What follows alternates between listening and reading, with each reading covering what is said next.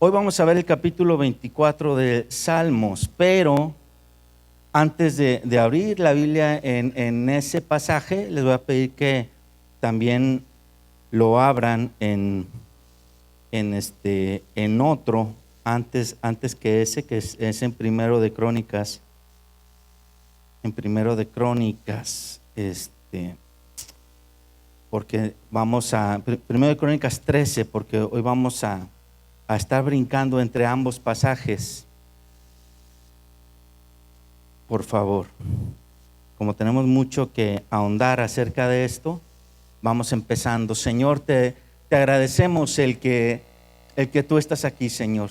Estamos seguros, estamos completamente con la certeza de que tú estás en medio de nosotros. Gracias, Señor, porque tú haces viva tu presencia y viva tu palabra, Señor. Te pido que tu Espíritu Santo nos guíe, Señor, a poder leer el pasaje que hoy nos toca estudiar, Señor, y que podamos ahondar en todo aquello, Señor, que fue previsto por David y por tu Espíritu, Señor, para que nosotros podamos hoy entender esa palabra y entender la profundidad de ella para poder aplicarla a nuestra vida, Señor, y que haya un cambio que tú harás en nosotros, en el nombre de Cristo Jesús. Amén. Amén. Bueno, pues vamos a ver como les dije hace rato, el Salmo 24. Y el Salmo 24 sucede mientras o durante está aconteciendo algo que está relatado en el libro de Samuel y en el libro de Crónicas. Vamos a usar el pasaje del libro de Crónicas como un soporte porque es un pasaje que tiene más detalles que el pasaje de Samuel. Aunque si a ustedes les gusta estudiar la palabra de Dios, les recomendaría que en otro momento estudien también el pasaje de Samuel, porque al ver ambos vemos detalles muy importantes que resaltar en el texto. En 1 de Crónicas 13:5 está sucediendo un hecho histórico. El arca de Dios había sido primero por un gravísimo error del ejército israelita, había sido llevada a la guerra cuando nadie le dijo al ejército que llevaran el arca a la guerra, y el arca había sido llevada y tomada por los filisteos. El arca estuvo fuera del país del pueblo de Dios por varios meses, y en algún momento los filisteos sufrieron el hecho de que el Dios vivo estuviera en medio de ellos, y fueron atormentados, digamos de alguna forma. Hasta inclusive Dios hizo que el Dios de ellos, Dagón, se postrara delante del arca. No vamos a ver eso, pero en todo ese pasaje que después el mismo pueblo de los filisteos dice: si no sacamos esto de en medio de nosotros, vamos a terminar pues muertos. Y entonces ellos deciden entregar el arca y la mandan solita con un par de bueyes en una carreta. El arca siguen los bueyes un camino que va a dar a un poblado, y en ese poblado, que ya era parte de la región del pueblo de Dios, estuvo durante varios años, muchos años. En esos años que estuvo el arca de Dios en un lugar diferente a donde tenía que estar, el pueblo de Dios perdió el foco de lo que era el culto a Dios, la entrega, la adoración a Dios. Pierden el foco. ¿Por qué? Sin tener el elemento central del culto, que era el arca de Dios, en donde debería estar como centro del país, el país pierde el eje del culto a Dios, ¿sí? Y algo de lo que va a hacer David, de las primeras cosas que hace David cuando toma el reinado al morir Saúl, es restaurar el culto y restaurar la adoración. Y era súper importante que el eje, el centro de esta adoración y de este culto estuviera enfocado en el arca, porque así estaba prescrito desde que fue construida. En el libro de Éxodo lo vimos, que fue construida cuando van en el desierto todos los que habían sido rescatados de Egipto. Entonces vamos a leer este pasaje porque tiene esa relevancia. David tiene en su corazón restaurar el culto, mover el arca de la ciudad donde estaba a donde debería estar, y entonces vamos a entender qué está pasando. Primero de Crónicas 13:5 dice: entonces David reunió a todo Israel desde Sior de Egipto hasta la entrada de Amat, para que trajesen el arca de Dios de Kiriam Jearim, que era donde estaba. Y subió David con todo Israel a Baala de Kiriat Jearim, que está en Judá, para pasar de allí el arca de Jehová Dios, que mora entre los querubines, sobre el cual su nombre es invocado. Y entonces no queda dudas que estamos hablando de la misma arca que fue construida, que era hecha de oro, que tenía un propiciatorio, que tenía una cubierta en ese propiciatorio de querubines, que los querubines representan el soportar la presencia de Dios, ¿sí? Y dice, sobre el cual su nombre es invocado. Ahí, por medio de ese lugar, por medio de ese instrumento, es donde se tenía que adorar. Dice: y llevaron el arca de Dios de la casa de Abinadab en un carro nuevo, y Usa y Ahío guiaban el carro. Y David y todo Israel se regocijaban delante de Dios con todas sus fuerzas, con cánticos, arpas, salterios, tamboriles, címbalos, trompetas. Entonces David había preparado una fiesta, y dice que él y los que estaban con él, que eran principalmente adoradores, estaban haciéndolo con todas sus fuerzas, con cánticos, con arpas, etcétera. Dice: pero cuando llegaron a la era de Kidón, Usa, este personaje es parte de los que van con la carreta del arca, guiando, asegurándose de que el arca vaya moviéndose en el camino. Dice: Usa extendió su mano al arca para sostenerla, porque los bueyes tropezaban. Y yo quiero resaltar que este personaje Usa lo que hace es extender su mano hacia el arca, intentando sostener el arca, porque él está viendo que el caminar de los bueyes y en el camino pedregoso la carreta está haciendo esto. Y entonces la carreta va haciendo esto, y él dice: esto se nos va a caer, y él en algún momento mete la mano. El pasaje no dice que el arca ya se estaba cayendo. El pasaje no dice eso, ¿sí? Él metió mano intuyendo que algo podía pasar. Ahora dice: y el furor de Jehová se encendió contra Usa y lo hirió, porque había extendido su mano al arca, y murió allí delante de Dios. Dice: y David tuvo pesar. Eso no estaba en el plan. Eso no estaba en el plan. Dice: porque Jehová había quebrantado a Usa, por lo que llamó aquel lugar Pérez Usa. O sea, Pérez significa quebrantar, ¿sí? Por eso Usa fue quebrantado, y lo llamó así hasta hoy, dice el pasaje. Y David temió a Dios aquel día. Subrayen eso. Y David temió a Dios aquel día. Algo pasa en David en ese momento, porque David ha sido ungido por Dios como rey. David conoce a Dios. David ya ha ganado batallas. David ya ha sido exaltado, ha sido guardado por Dios. No podemos decir que David no conocía a Dios, pero David está conociendo a Dios en otro nivel en este momento.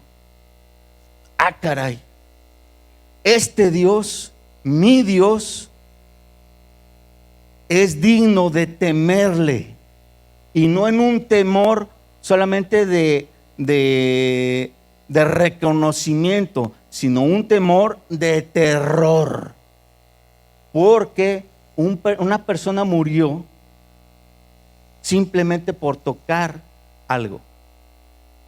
Dice, y dijo, ¿cómo he de traer a mi casa el arca de Dios? ¿Qué pregunta se hace David a sí mismo? Y yo subrayaría ahí, a mi casa.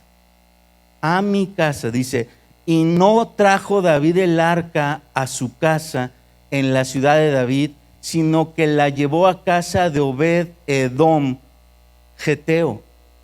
Y el arca de Dios estuvo con la familia de Obed-Edom en su casa 3 meses, y bendijo Jehová la casa de Obed-Edom y todo lo que tenía. O sea, David se da cuenta de algo pasa, algo drástico pasa. Pasó con una persona, no quiero que pase con más personas. Detiene todo, cambia drásticamente el plan y decide, ok, movamos, ya avanzamos un tramo de donde estaba el arca, no nos vamos a regresar, desviémonos un poquito a un lugar, al lugar de un personaje que ahí se menciona su nombre, Obed. Y ahorita vamos a ver por qué. Antes de avanzar, yo quiero resaltar aquellos puntos que acabamos de leer y que es importante que tengamos claro qué es lo que está pasando. El extender la mano de parte de Usa para tratar de detener el arca, ¿qué significa? Significa meter manos humanas en la presencia de Dios. Cuando eso lo hacemos, pelas. Las cosas que Dios hace, Dios las hace con su mano, no con nuestra mano. Cuando el pasaje dice sostener con mi mano, que dice que él trató de sostener con mano, ¿acaso la mano de un hombre puede cargar el peso de Dios? ¿Se podrá? Porque tú cargas o tú sostienes aquello que es más débil que tú. Y entonces entendemos un poquito por qué la reacción de Dios tiene una reacción de esa forma. O sea, hay una desobediencia de cómo tenía que moverse el arca, transportarse, etcétera, que ahorita vamos a ver, pero también tiene una implicación de que, caray, con mi mano yo lo cargo. No, espérate, nadie puede cargar la presencia de Dios y soportarla por sí mismo. No. ¿Quién puede hacer eso? Nadie. Y entonces dice el pasaje que el furor, perdón, antes de hablar del furor, en el mismo pasaje dice que los bueyes estaban como tropezando. O sea, Usa vio que los bueyes como que estaban haciendo que el arca se moviera tanto que dijo, algo va a pasar aquí. Y el pasaje dice los bueyes tropezaban. Literalmente en el original no dice como que un buey ya se le dobló la pata y van de lado. No dice eso el pasaje. Literalmente el pasaje dice el movimiento de los bueyes hacía esto. O sea, era un movimiento, provocaban un movimiento en la carreta, un movimiento cavilante.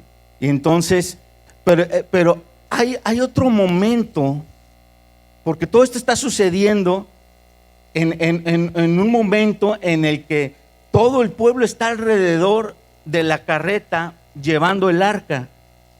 En el momento, hay otro momento que les conté al principio, en el cual el arca fue regresada por los filisteos con 2 bueyes solos y nadie iba cuidando el arca, y el arca llegó solita a donde tenía que llegar.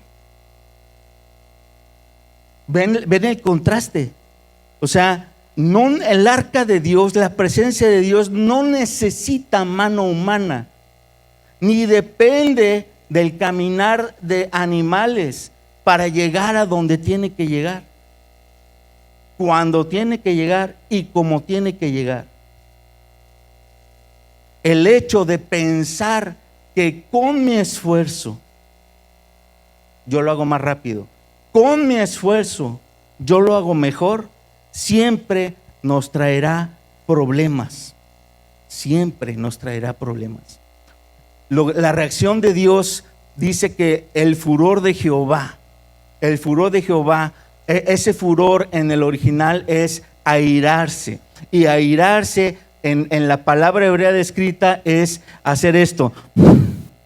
O sea, que salga aliento, como cuando hay un enojo, pero un enojo que no un enojo que golpea, sino un enojo que solamente resopla, así como cuando ves al toro de lejos hacer así.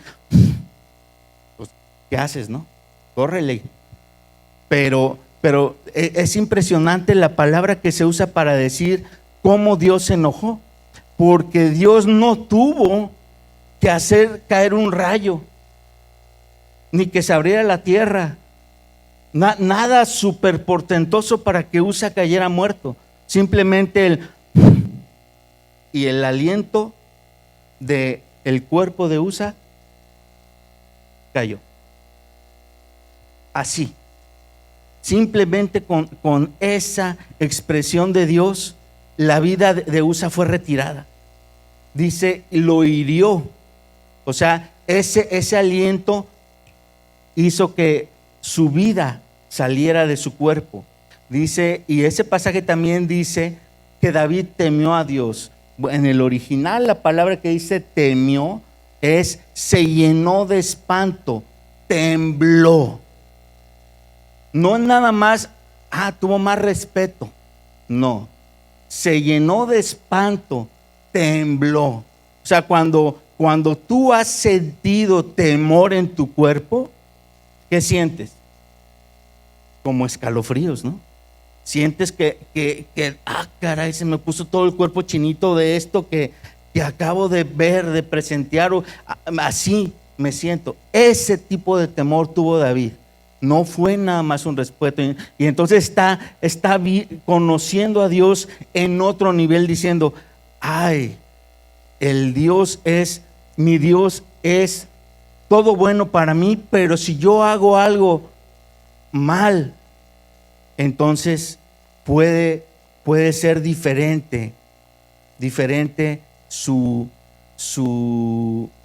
forma de tratarme, ¿sí? Entonces él para todo y regresa, desvía el arca a otro lugar. Ahora, dejen su dedo ahí separando Crónicas y vámonos al Salmo 24.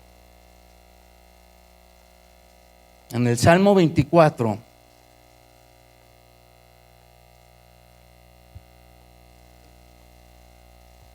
antes de que empecemos a leer el Salmo, hay que hacer una anotación. Cuando David decide desviar el arca, pone en pausa el plan de mover el arca 3 meses. Él no sabía que iban a durar 3 meses, él simplemente pone pausa. Y él empieza a meditar, a orar, a estudiar la palabra de Dios. David ya era rey. Ya como parte de lo que todos los reyes hacían era leer la palabra de Dios todos los días y anotarla con su puño y letra. Y entonces, ahorita que veamos el pasaje del Salmo 24, vamos a ver en qué está meditando o qué está leyendo el rey para cuando escribe el Salmo 24, que lo escribe precisamente en este periodo de 3 meses después de que hubiera sucedido lo que acabamos de ver en Crónicas. Dice, porque de Jehová es la tierra y su plenitud, versículo 1, el mundo y los que en él habitan, porque él la fundó sobre los mares y la afirmó sobre los ríos. Y entonces vemos que la meditación de David está concluyendo la majestad, la grandeza incomparable del poder creador de Dios. Y si ese Dios creador es el mismo que está o que representa el arca, qué pequeño soy yo. Esas son las conclusiones que David hace, ¿sí? Y ojo con lo que dice en el Salmo. Dice: de Jehová es la tierra de plenitud, el mundo y los que en él habitan. O sea, David también concluye que todos los seres vivos, todos, crean o no crean en ese Dios, son creados por ese Dios y Dios es dueño de ellos. Así tan claro, o sea, lo dice: de Jehová es la tierra, es el mundo y todos los que en él están.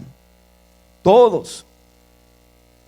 Digo, por si alguien tenía la duda de que, ay, ¿por qué Dios le quita la vida a alguien? Él es dueño. Él es la vida. Él da la vida y Él la quita. Es Él. No hay nada que escarbarle ahí. Dice, ¿y por qué? Pues porque Él hizo todo. Él hizo todo. Él creó, Él fundó la tierra, Él hizo los mares, Y luego dice el versículo 3, ¿quién subirá al monte de Jehová? ¿Quién estará en su lugar santo? David se está dando cuenta de quién es Él, o sea, lo que ahorita llaman así de moda el don de la ubicuidad. O sea, tener muy claro quién soy, dónde estoy, quién es el otro y dónde está. Y hay un choque, porque, bueno, entonces si yo soy criatura y Él es el Dios creador, o sea, no es otro Dios de las naciones, no, Él es el Dios. ¿Quién de las criaturas puede acercarse a su presencia? Este versículo 3 también hace una referencia indirecta de que David ya está revisando y analizando cómo se debe subir al monte de Dios y cómo se debe estar en su presencia. Nada pasa si Dios no lo quiere, y todo lo que Dios quiere que pase en su presencia tiene que pasar como Él lo dijo. Así está escrito en Éxodo, cuando la ley y en todo la descripción que se hace acerca de cómo acercarse a la presencia de Dios, se habla de un atrio, se habla de muchas cosas que es la forma correcta de acercarse a la presencia de Dios. Entonces David se hace estas preguntas: ¿quién sube? ¿Quién estará? Dice el versículo 4: el limpio de manos y puro de corazón, el que no ha elevado su alma a cosas vanas, ni jurado con engaño. Ya pelas nosotros, ¿no? Pelas. Pero resulta que el pasaje que leímos en Crónicas dice que el arca fue desviada a la casa de un personaje que se llama Obed-Edom. Edom es la ciudad donde estaba viviendo Obed. Pero ¿qué significa Obed? Obed significa siervo adorador. Entonces, no es casualidad que el arca se haya desviado a casa de este personaje. Era una persona reconocida. O sea, cuando David se queda sin plan, se le destruye su plan, ¿qué hacemos? Nosotros le estamos regando, algo le hicimos mal, y ahora sí que fue Usa, pero pues a lo mejor si seguimos ahora puede ser el otro, y el otro puedo ser yo, los que caigamos muertos, porque algo estamos haciendo mal. Y en el consejo de la gente dice: desviemos esto a un lugar con alguien que es justo, con alguien que tiene testimonio de toda la nación de ser alguien que busca a Dios, alguien que es recto, alguien ta. Por eso se van a casa de Obed. Y dice el pasaje que el arca de Dios estuvo en esa casa 3 meses y no pasó nada. Nadie se murió. Al contrario, Obed y su casa y todo lo que tenía fue bendecido por la presencia de Dios. Entonces, cuando el pasaje en Salmos dice: el limpio de manos y puro de corazón, el que no ha elevado su alma a cosas vanas ni jurado con engaño, nos habla de características que tiene el varón que puede estar en la presencia de Dios. Ahora, Obed-Edom es una tipología de Cristo. Lo vemos muy clarito por las características del pasaje. O sea, no es que esa persona era perfecta, no, pero tenía una característica de buscar a Dios, ¿sí? De hecho, el pasaje más adelante dice: él recibirá bendición de Jehová y justicia del Dios de salvación. Así es la generación de los que le buscan, de los que buscan tu rostro, oh Dios de Jacob. Entonces, si algo aprendió David de alguien, de cómo adorar, de cómo comportarse, de cómo ser, fue de Obed, ¿sí? Buscar el rostro de Dios. Porque no lo dice el escrito, pero yo podría asegurar que al ver lo que pasó en la bendición de Obed-Edom en esos 3 meses, alguien fue a preguntarle a Obed: oye, ¿y tú qué haces? ¿Cómo le hiciste para mantener la presencia de Dios sin que nada pasara? No, yo simplemente adoro a Dios, busco a Dios, me mantengo haciendo lo que siempre he hecho. No era nada del otro mundo, nada que nadie nos supiera. El gran problema que tenemos es que sabemos lo que hay que hacer, pero no lo hacemos. No lo hacemos. Y el pasaje hasta ahí termina con un Selah. Selah en hebreo significa silencio. Entonces, el pasaje está dividido en 2. Primero 6 versículos y luego un silencio. ¿Por qué? Porque los salmos fueron escritos como canciones, como himnos, a los cuales se les daba un ritmo de entonarse, una forma de cantarse, ¿sí? Y bajo ese ritmo, bajo esa forma, cuando los pasajes en los salmos dicen Selah, aquí nos detenemos, porque es muy importante lo que acabamos de cantar. Ese silencio representa un después de tanto que hemos expresado, ese de silencio da la pausa suficiente para reflexionar en todo lo que vimos antes y espacio a lo que viene. Regresémonos a Primero de Crónicas, pero ahora al capítulo 15.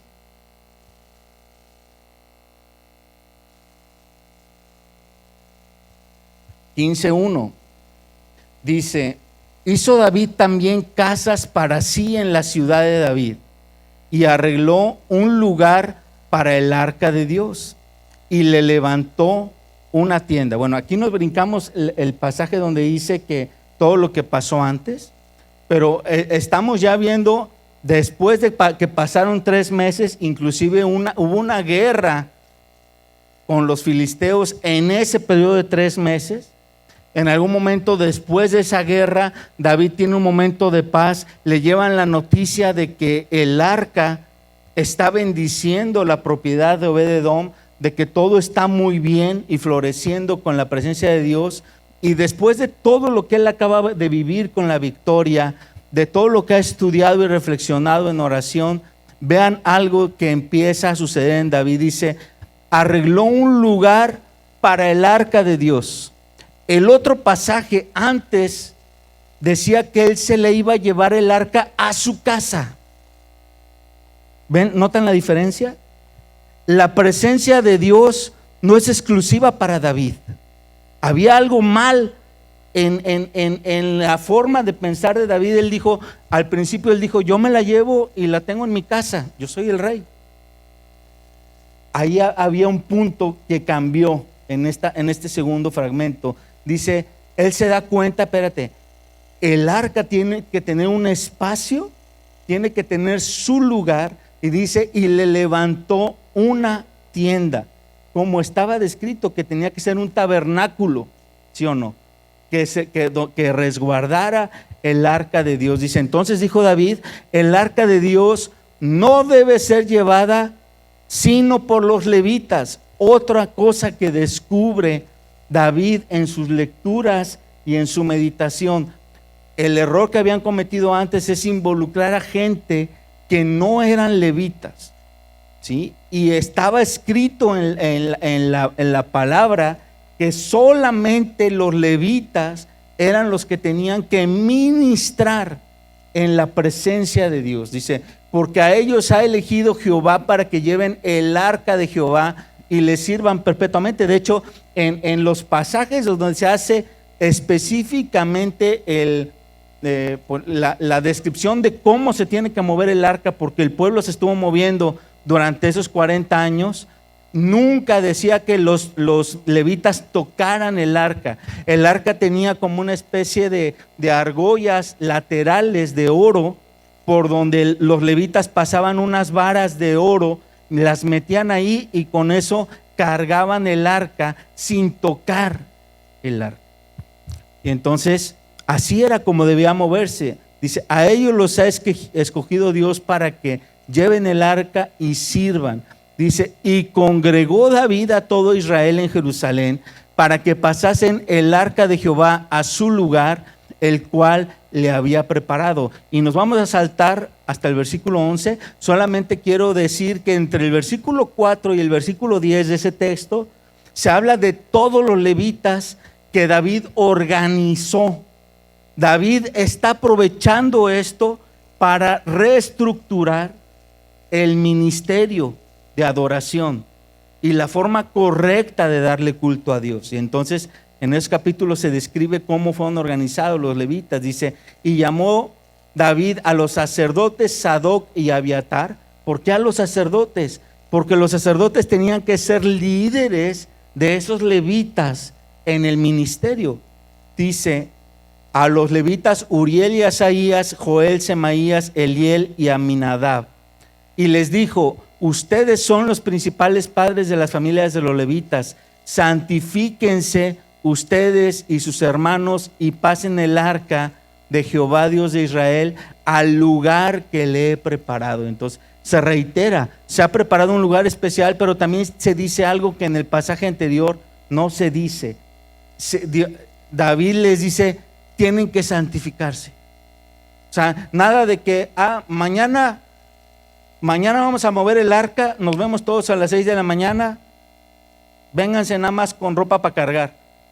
No bastaba con esa preparación. O sea, la ley decía que tenían que santificarse, que tenían que prepararse, separarse ciertos días, que tenían que dejar de hacer cosas, que tenían que vestirse y lavarse de cierta forma. Esa santificación se está recuperando para poder tener acceso a la presencia de Dios. Y todo eso tiene un porqué.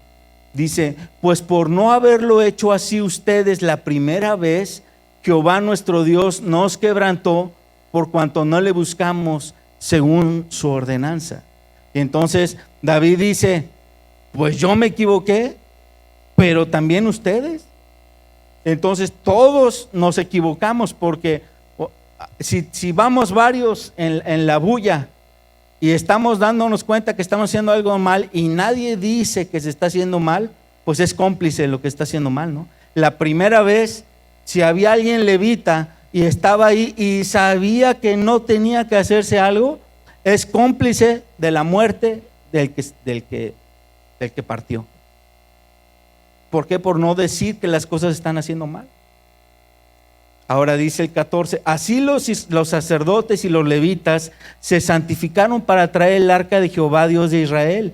Y los hijos de los levitas trajeron el arca de Dios puesta sobre sus hombros en las barras, aquellas barras de oro que les acabo de decir, como lo había mandado Moisés, conforme a la palabra de Jehová. Asimismo dijo David a los principales de los levitas que designasen de sus hermanos a cantores con instrumentos de música, con salterios y arpas y címbalos, que resonasen y alzasen la voz con alegría. Esto último no está descrito en el texto donde se habla cómo se iba a mover el arca.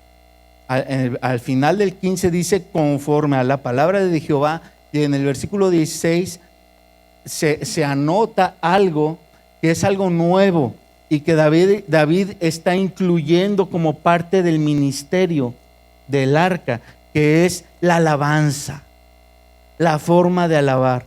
Ahora, ¿por qué David se está atreviendo a hacer algo que él sabe que la última vez que hicimos algo que no cuadraba, trajo muerte?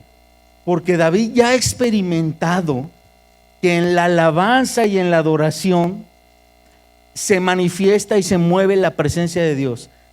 Por mencionar un pasaje, cuando David tocaba el arpa, ¿qué pasaba con Saúl?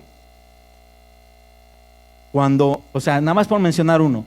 Entonces, David tiene muy claro que, hicimos muchas cosas mal, pero una cosa que estaba bien era esto, aunque no está escrito. Entonces, yo hago todo lo demás y me permito incorporar algo que sé que es parte y que está acorde a la presencia de Dios. Aunque no está escrito que tenía que estar, tampoco está escrito que no podía suceder.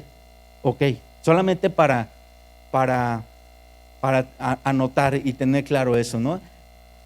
Nos brincamos hasta el versículo 25 porque todo ese pasaje intermedio sigue hablando de cómo se organizó el ministerio de alabanza.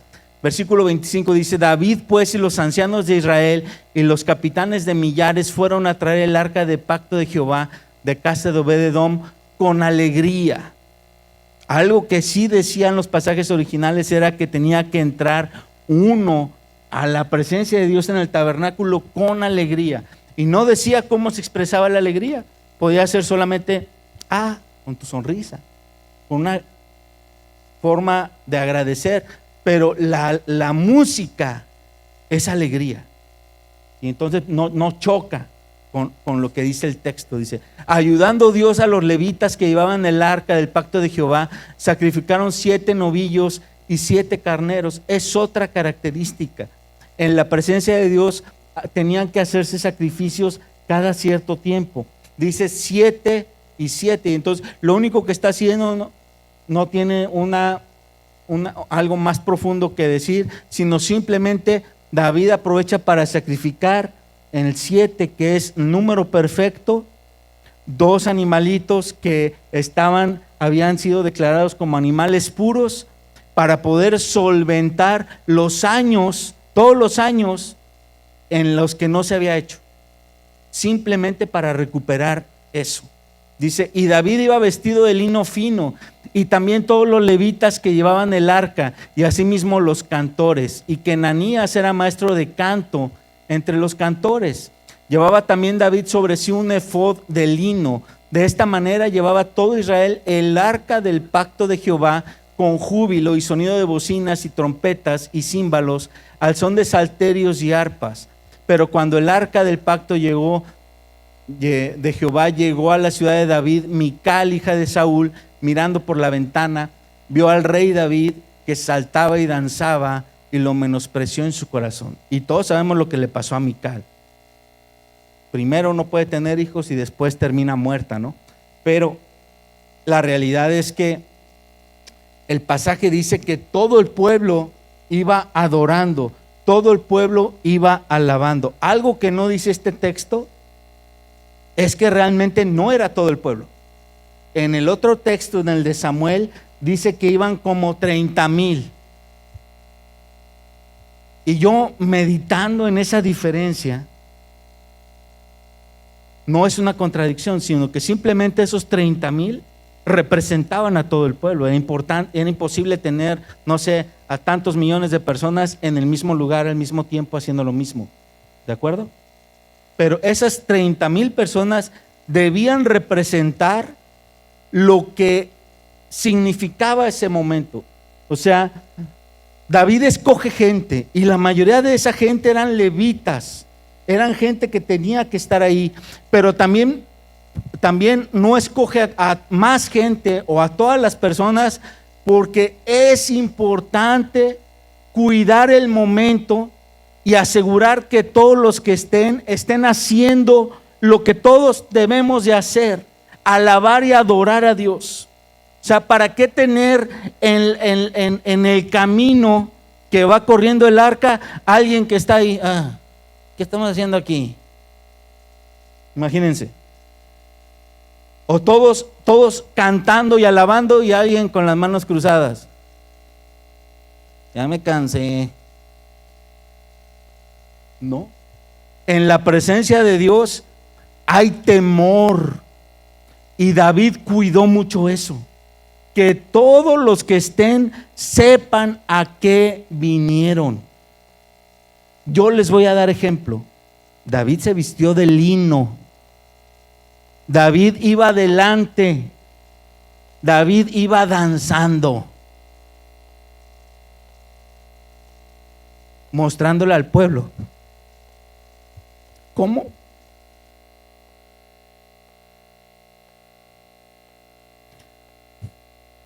Qué triste.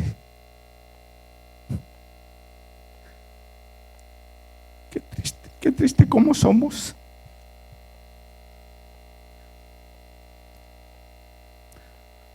No somos conscientes de dónde estamos y con quién estamos cuando levantamos nuestra voz a Dios. Si lo fuéramos, nos quedaríamos sin voz.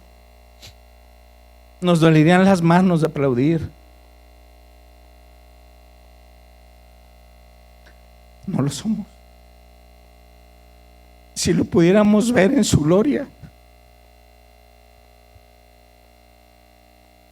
temblaríamos como esa primera vez de David. ¿Qué estoy haciendo? No estoy haciendo lo que tendría que hacer. Él podría matarme por estar pensando en cosas diferentes en su presencia, pero no lo hace por amor.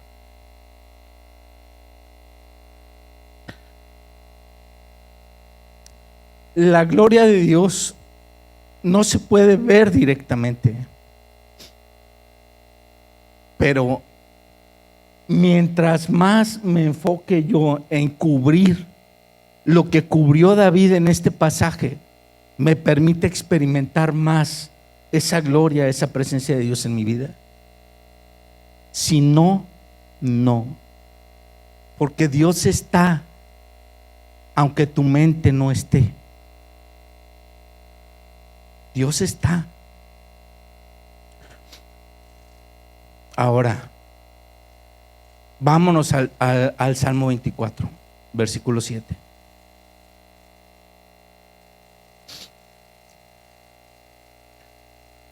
Ya están avanzando, llegando prácticamente acercándose a Jerusalén, y algo que pasa por la mente de David es cómo el Dios eterno, grandísimo, excelso, puede caber en estas puertas de la ciudad.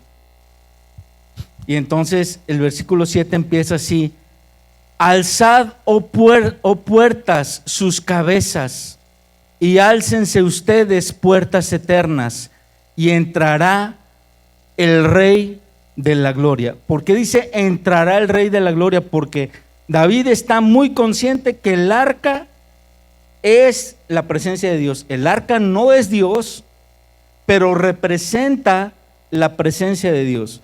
Y David dice: ¿cómo es que el Dios que creó el universo cabe en el arca. ¿Y cómo es que ese mismo Dios todavía pasará por en medio de las puertas para la ciudad? Entonces, la expresión de David en el Salmo, versículo 7, cuando dice: alcen, oh puertas, sus cabezas, es como si los dinteles de las puertas los tuvieras que subir, para que quepa quien va a entrar. Y las laterales de la puerta tuvieran que ensancharse para que quepa quien va a entrar. Dice: alcen sus puertas, sus cabezas, álcense puertas eternas, y entrará, solamente si se alzan, entrará el Rey de la gloria. Ese Rey sublime, glorioso, solamente va a entrar, no con puertas chiquitas. Dice: ¿quién es este Rey de gloria? No, notemos que David no dice el creador, no dice algo que sí menciona en pasajes anteriores, no hace referencia a lo mismo, lo dice Jehová, el fuerte, el valiente, el poderoso en batalla. David le está mostrando al pueblo una prueba palpable de que el Dios de la gloria que está ahí con ellos es el creador, pero también es el que estuvo con ellos en la batalla unas pocas semanas antes. Acababan de afrontar una guerra con los filisteos, una guerra que tenían perdida por el número de gente con la que se iban a enfrentar. Inclusive, si ustedes leen el pasaje de Crónicas un capítulo antes, David le dice a Dios: ¿iré contra los filisteos, Señor? Y Dios le contesta: sí, ve. David todavía duda y dice: voy a ir y tú me darás, estarás conmigo y me darás la victoria.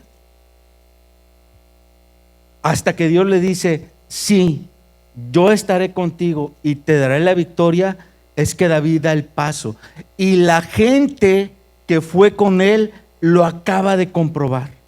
Hace poquitos días comprobaron eso de Dios, y entonces por eso cuando David en el Salmo dice: ¿quién es este Rey de gloria? Dice: este que nos acaba de rescatar, este que eran 20 contra 1 y aún así ganamos, este que me acaba de sanar, este que acaba de hacerme mantener el aire en mis pulmones. Él es ese Rey de gloria. Dice: el fuerte y el valiente, el poderoso en batalla, el que estuvo con nosotros.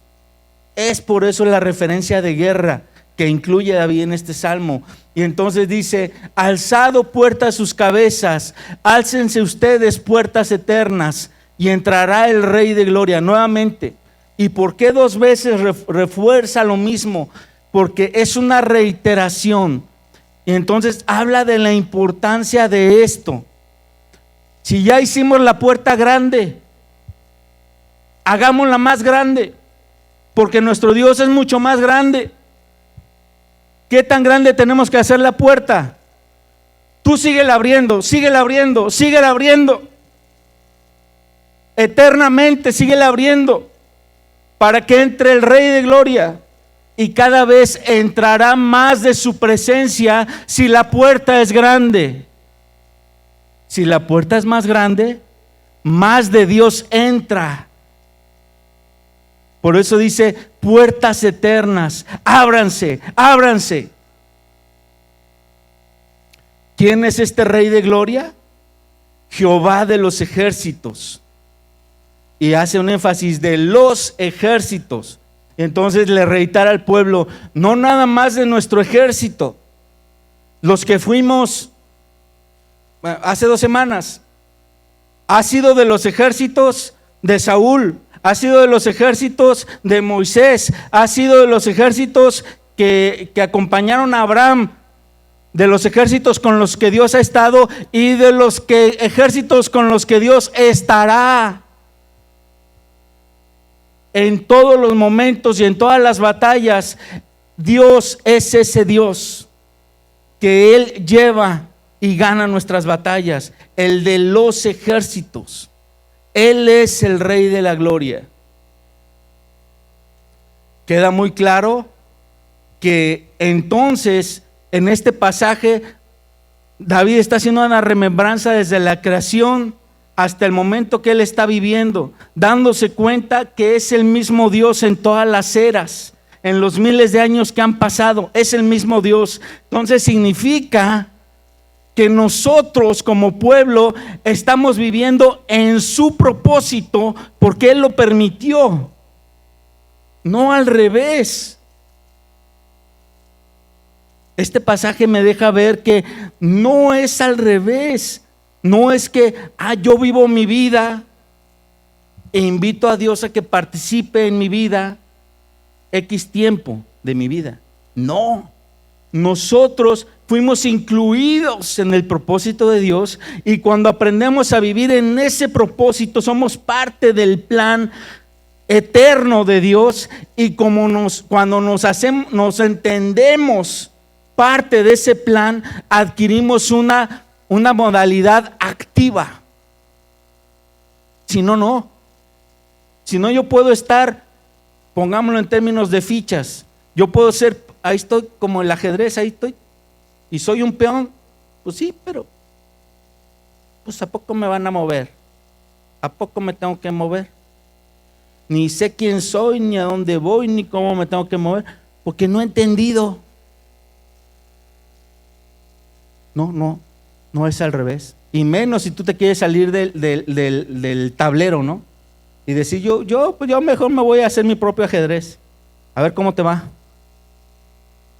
Acá te esperamos cuando vuelvas. Entendamos eso, hermanos. Nosotros estamos en su plan, no Él en el nuestro. Este pasaje del Salmo 24 ha sido usado también para otras referencias en las cuales, como habla de la entrada de Dios a Jerusalén, representado por el arca, ha sido usado para explicar que la forma en que iba a venir Dios a su pueblo iba a ser de una forma parecida, ¿sí? De hecho, hay dos cosas que nosotros podemos anotar muy fácilmente y entender todos, que tienen que ver en algo con esto. Uno es la entrada triunfal de Jesús a Jerusalén. Esa entrada triunfal estaba profetizada en Zacarías. Si quieren, vamos a Zacarías 9, versículo 9.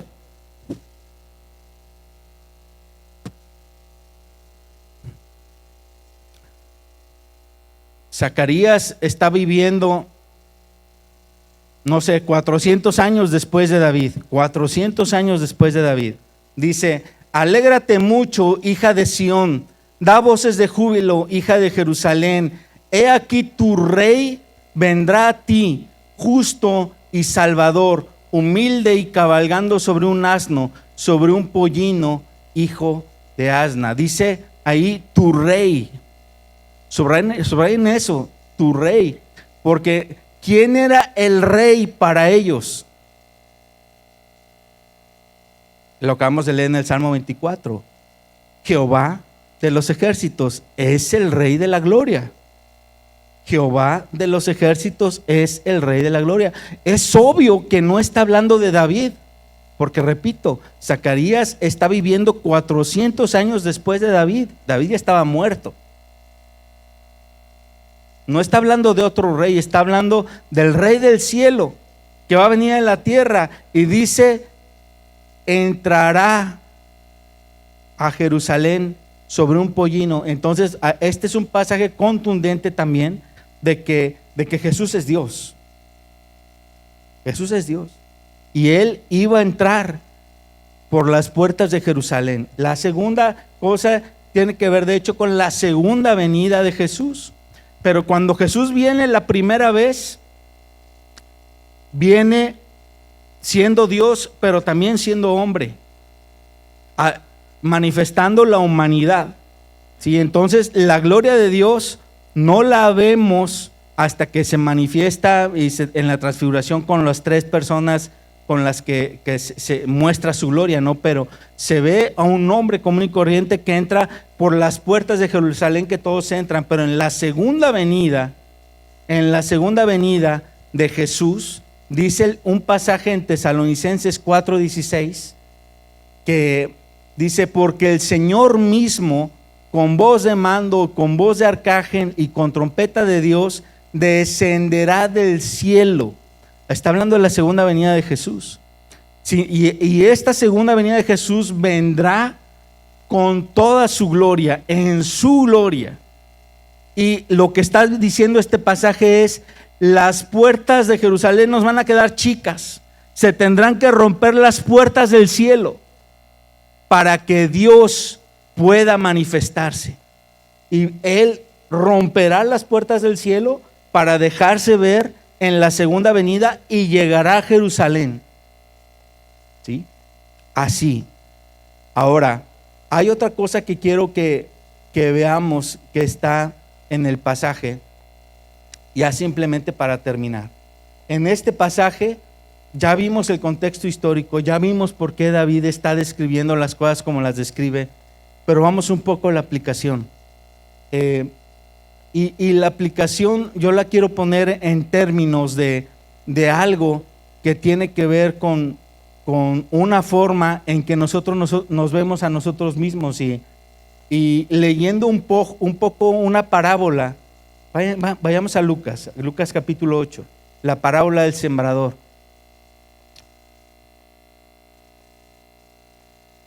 Me di cuenta de algo. Todos conocemos la parábola del sembrador. De hecho, nos tocó estudiarla hace unos meses, un domingo. Pero ahora vamos a verla con otra óptica. Dice el versículo 8:5: el sembrador salió a sembrar su semilla, y mientras sembraba, una parte cayó junto al camino y fue hollada, y las aves del cielo comieron. Otra parte cayó sobre la piedra, y nacida se secó porque no tenía humedad. Otra parte cayó entre espinos, y los espinos que nacieron juntamente con ella la ahogaron. Y otra parte cayó en buena tierra, y nació y llevó fruto a 100 por uno.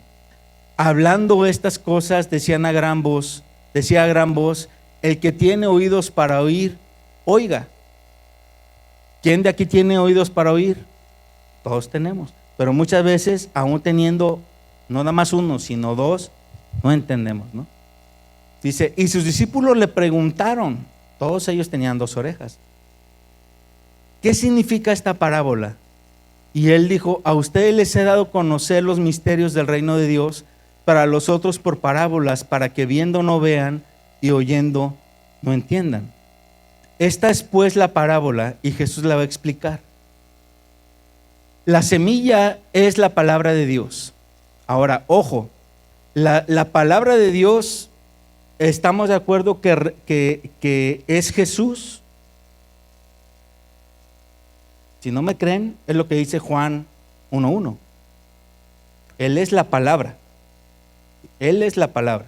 O sea, y si la palabra es Jesús y Jesús es Dios, entonces la palabra de Dios nos muestra o tiene el potencial de mostrarnos la gloria de Dios. Y si yo dejo que la semilla que es esa palabra entre a mi vida, tiene esa semilla el poder de manifestar en mi vida la gloria de Dios. Dice: los de junto al camino son los que oyen, y luego viene el diablo y quita de su corazón la palabra, para que no crean y se salven. Los de sobre la piedra son los que, habiendo oído, reciben la palabra con gozo, pero estos no tienen raíces, creen por algún tiempo y en el tiempo de la prueba se apartan. La que cayó entre espinos, estos son los que oyen, pero yéndose son ahogados por los afanes, las riquezas, los placeres de la vida, y no llevan fruto. Mas la que cayó en buena tierra, estos son los que con corazón bueno y recto retienen la palabra oída y dan fruto con perseverancia. Notemos que lo que dice Jesús, dice cuando está explicando la palabra, dice los de junto al camino, los de sobre la piedra, etcétera. Y nosotros tenemos la tendencia a pensar, y no está mal, pero es solamente una óptica, tenemos la tendencia a pensar de que cada una de las personas de las que de lo que Jesús está diciendo son personas diferentes. No está mal esa aplicación. Pero ¿qué pasa si fueran la misma persona en diferentes momentos de su vida? ¿Qué pasa si somos nosotros en diferentes momentos de nuestra vida? O sea, porque yo puedo decir que mi vida, si yo soy esa persona, pero en diferentes fases de mi vida junto al camino era cuando yo no le había dado entrada a Dios en mi vida. Ok, sí voy a las reuniones porque me llevan. Sí voy pues para acompañar a mi esposo o a mi esposa. Estoy ahí en el camino, pero la semilla no entra porque la semilla la están rociando por acá y yo estoy acá. Es como poner una puerta de este tamaño en una ciudad. ¿Quién va a entrar? ¿No? Entonces, cuando Dios ve una puerta tan pequeña o una puerta cerrada, Dios no entra. Eso es estar junto al camino. Así éramos nosotros. De hecho, antes de conocer a Dios, así éramos. Éramos como junto al camino. Cuando mi vida estaba sobre las piedras, significa que yo le di entrada superficial a Dios en mi vida, pero solamente superficial. O sea, solamente tuvo esa semilla en mi vida resultados temporales y pocos resultados, porque fue poco el tiempo. Eso es que mi vida está sobre las piedras. La tercera fase es cuando mi vida está entre los espinos. Ok, sí estoy recibiendo la semilla, pero al mismo tiempo que recibo con una mano la semilla de Dios o su presencia, por otro lado recibo todo lo que el mundo me da. Y si recibo todo lo que el mundo me da en la misma medida que lo que Dios me da, yo estoy coleccionando espinos en mi vida que van a hacer infructuoso lo que Dios quiere hacer en mi vida. La cuarta fase de mi vida sería que mi vida ya sea una buena tierra. Y una buena tierra significa que yo ya logré quitar de mi vida aquello que estorbe y hacer las puertas de mi corazón más anchas y más altas para que entre más de Dios en mí. Esta cuarta fase o esta persona es lo que significaría lo que vemos en el Salmo 24, que el hombre que es justo, el hombre que dijimos que era como Obed. Así tendría que ser nuestro corazón. Darnos cuenta que sigo necesitando más de Dios. Sigo necesitando más de su gloria en mí. No importa los años que yo tenga de conocerlo. Sigo necesitando más de Dios, porque si hago de mi vida más espacio, puede caber más de Él en mí.